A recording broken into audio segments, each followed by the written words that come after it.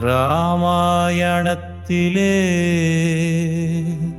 சுந்தர காண்டம் ஒரு புகழ்பெற்ற காவியம்.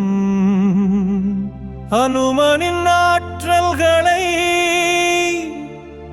அவனுக்கு தெரிவிக்கும் அற்புத சாசகமே.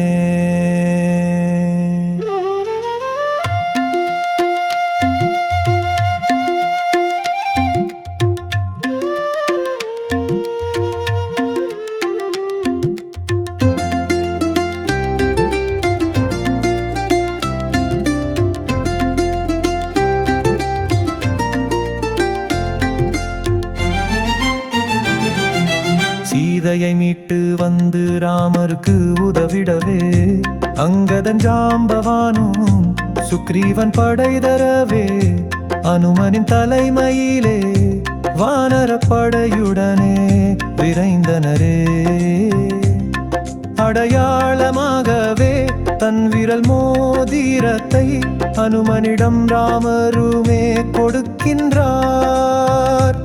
இலங்கை தீவினிலே சீதையும் இருப்பதையும் ஜடாயு சகோதரனும் கூறுகையில் அனுமன் ஒருவனே கடல் தாவும் வீரனென இலங்கைக்கு சென்று வர அனுப்பினரே உடனே.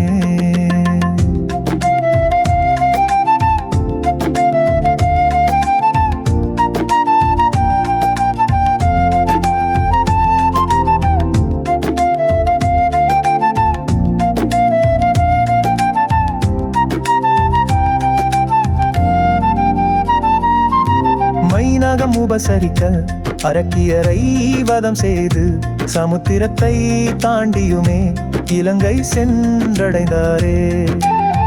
அழகான இலங்கையிலே அன்னை ஜானகியை அங்குமிங்கும் தேடிய பின் அசோகவனத்தினிலே கண்டாரே.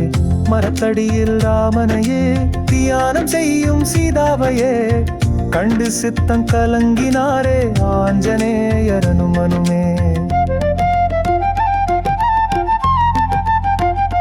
ஜெயராமன் சரிதம் சொல்லி கணையாடி தனை கொடுத்து சூடாமணி பெற்றுக்கொண்டார் சுந்தரர் ஆஞ்சநேயர். அன்னையின் கண்ணீர் கண்டு அரக்கர் மேல் கோபம் கொண்டு அசோகவனம் அழித்ததுடன் அனைவரையும் ஒழித்தாரே. பிரம்மஸ்திரத்தினாலே பிணைப்பட்ட ஆஞ்சநேயர் ராமனின் பெருமை சொல்ல வெகுண்டான் ராவனுமே.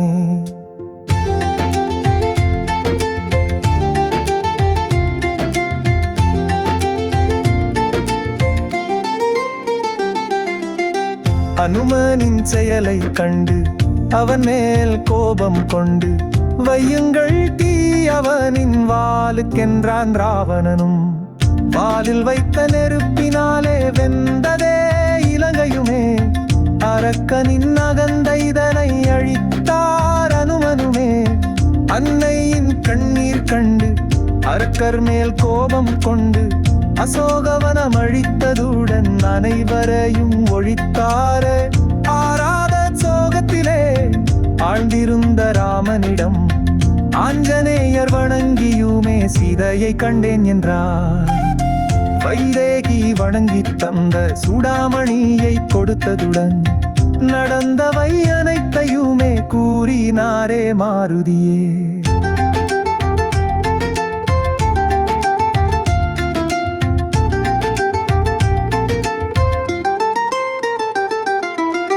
மனம் மகிழ மாருதியை மார்போட அணைத்து ராமர் மைதிலியை சிறை மீட்க மறுகணம் சித்தமானார்.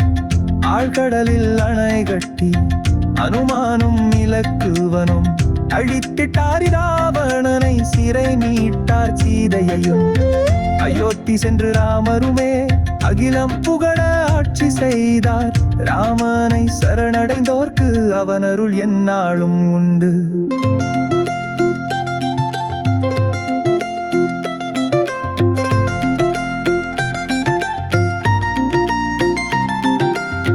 பரிபூரண பக்தனே பணிகின்றோம் வரம் தந்து காப்பீரே